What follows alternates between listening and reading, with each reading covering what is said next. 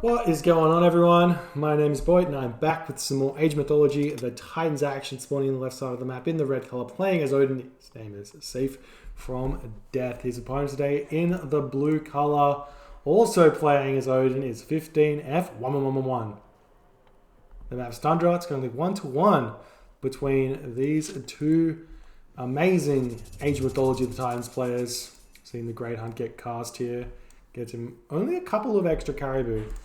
I'm always confused about this because what's better?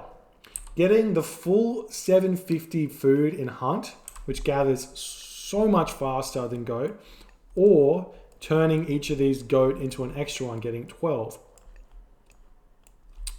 What's better? Because I think if you have, if you have 5 caribou on your Great Hunt, you get 10 caribou. So you're getting an extra 750 food, right? Yeah. Whereas if you have 6 goat and you get 12 goat from them, then you're getting a couple of extra, like maybe 300 extra food from the caribou, and like an extra 1, 2, 3, 4, 5, 6, or 6 times 300, 1800 extra food. So it's a significant amount more. So I guess it makes sense in the long run to get the extra goat. So we'll give it to them. They're much smarter than me, these Odin mains. Okay, we've got Shingles of Steel here, and we have Dwarven Calipers. Now, Shingles of Steel is actually, funnily enough, a really good rushing relic. It's also a really good defensive relic, because obviously our house is not dying means it takes longer for them to be killed, and you get a lot of good stuff out of them. And if you're rushing, then you have your forward houses; they don't die very fast. But we do have back gold mines here. We'll see if 15F1111 is going to change his game plan here.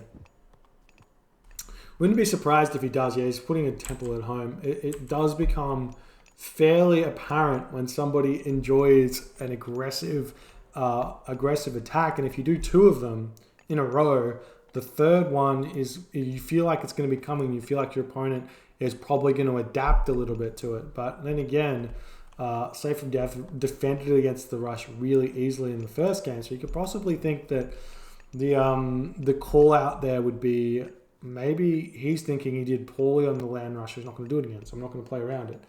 But I don't know. We'll see.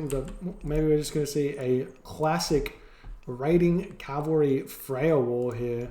But I know that the Ulfsark were buffed, so sometimes we are seeing Ulfsark spammage in this matchup, and you get a lot of damage done nice and early. If you advance 430 or 420-ish, and you get those longhouse going, and you start attacking nice and early, it can do a lot of damage. Freya is the god of choice here for SafeFromDeath, and 15F1111. I said too many ones. he's going to be a touch in front, so it's going to be a 430 for SafeFromDeath and a 420 from 15F. So it shouldn't matter too much because you got defender's advantage. So by the time the army gets there, he should have already built that unit. It's probably going to take about 10 seconds to get over here. So you're gonna be fine.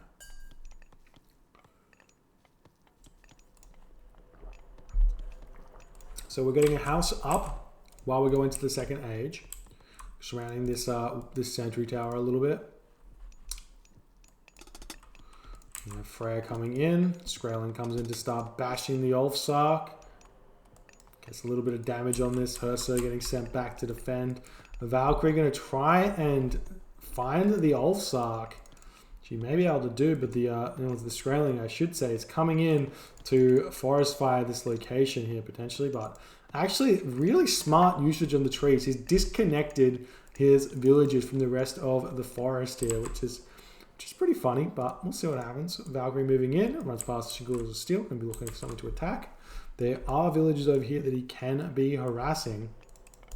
Sending the Longhouse up, and we do see raiding cavalry coming out, and he's going to be going into Ulfsark here for Safe from Death. So raiding cavalry against Ulfsark is a bit of a difficult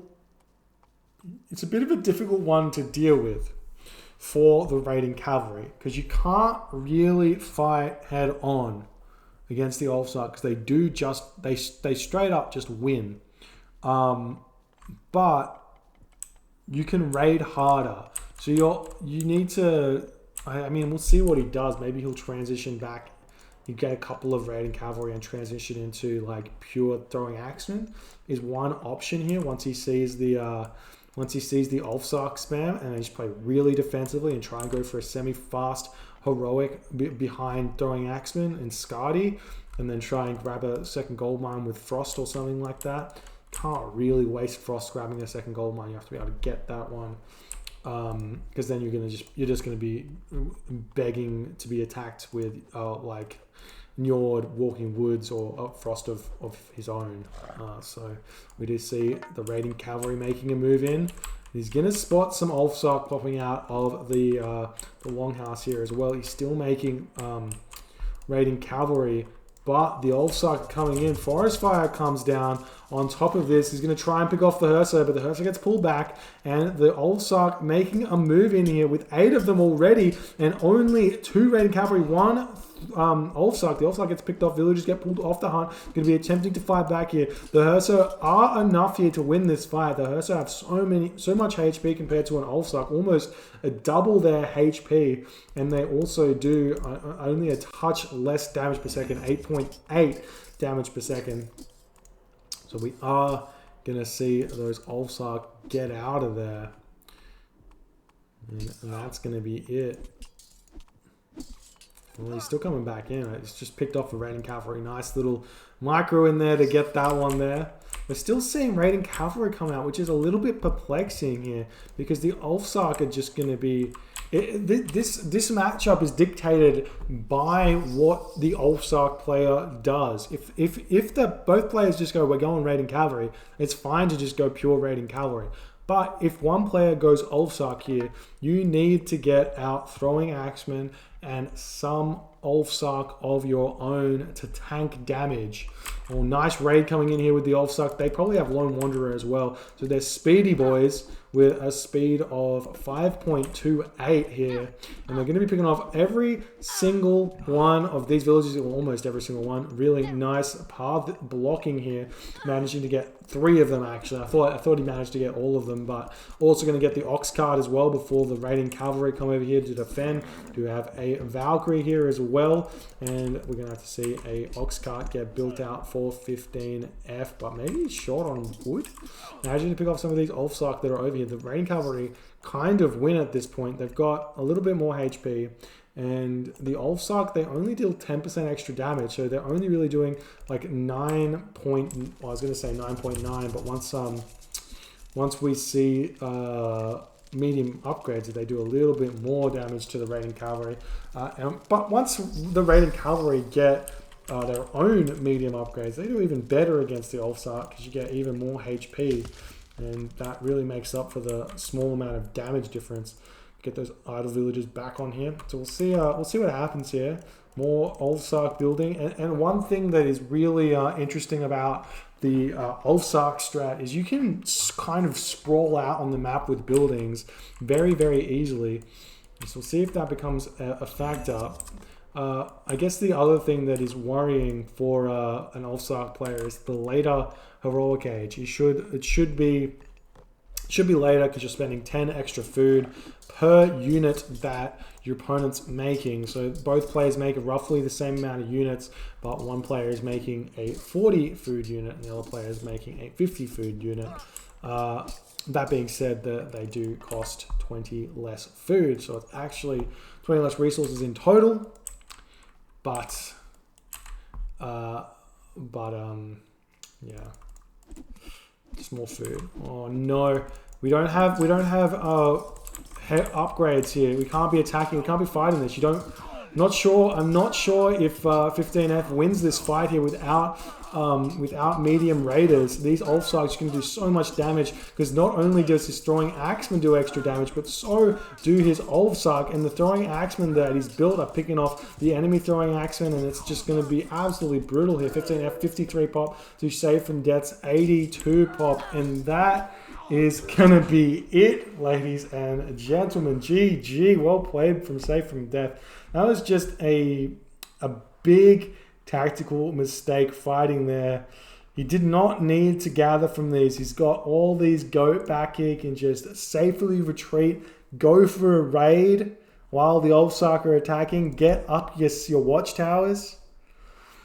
Would be much better idea there, I reckon. And you could even run onto this gold mine, which your Ravens should have spotted the villagers running over there as well. Would have been a perfect opportunity to just retreat and attack and utilize the extra speed you have here. 5.28 versus 6 means by the time these Ulfsarks see the raiding cavalry going for the villagers here, it's too late and all these villagers would have died. So unfortunately, while this strat here is, I mean, I would have preferred him to go like 5 raiders once he sees, or like 10 raiders or whatever, and once he sees the Ulfsark, transition into pure throwing axemen there, because then you just use your 5 raiders or 10 raiders that you've built to distract the throwing axemen that your opponent builds, and then you get to go to the next age faster. But because he spams so many raiding cavalry, you can't butt your head in against the Ulfsark because they just win, because they do more damage, doing 9.9 damage a second versus 8 damage a second, plus the 10%, so it's